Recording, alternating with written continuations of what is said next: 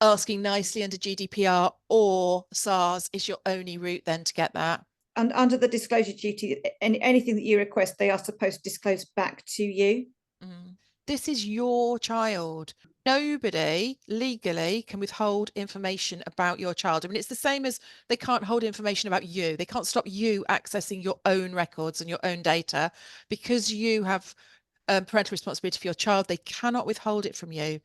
But they make it really difficult. And the other problem with the SARS is they do have months to respond, and they will kick it into the long grass. However, also the other thing to just be aware of is that when they send you the draft for checking in 15 days, they then have to send you the Appendix K as well, everything that they've used to write the EHCP. You can't check a draft without all of those documents. What's your relationship like with the school? You can maybe do a kind of through the back door. When I've done them before, it's about making it the actual request without any wriggle room for anything. So it's all communication, all correspondence, but not limited to, including but not limited to, all internal and external emails, all recordings of telephone calls, all messages.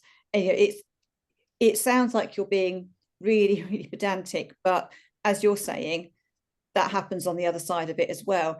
If you are really, really, really clear as to what it is you're requesting, and if you can name names, they can redact names of people that you aren't involved with. So sometimes you'll get that through and it will have a black line across it.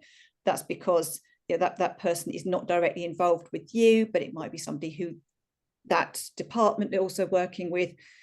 But it's really worthwhile making sure that you word it correctly. And we've got templates for SARS, haven't we? We have. Yeah. I've just had a thought as well. It might be worth trying the GP, because if they're NHS reports, your GP, they will have probably been sent to your GP, or your GP will be able to access them through the their database as well. So that might be worth a look. You can also put in a formal complaint at the local authority.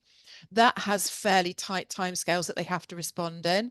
But PALS is a great one, and you should be able to use PALS for OT and SALT if they're NHS staff as well. Speech and language and OT, they always write what they are able to provide rather than what the child needs.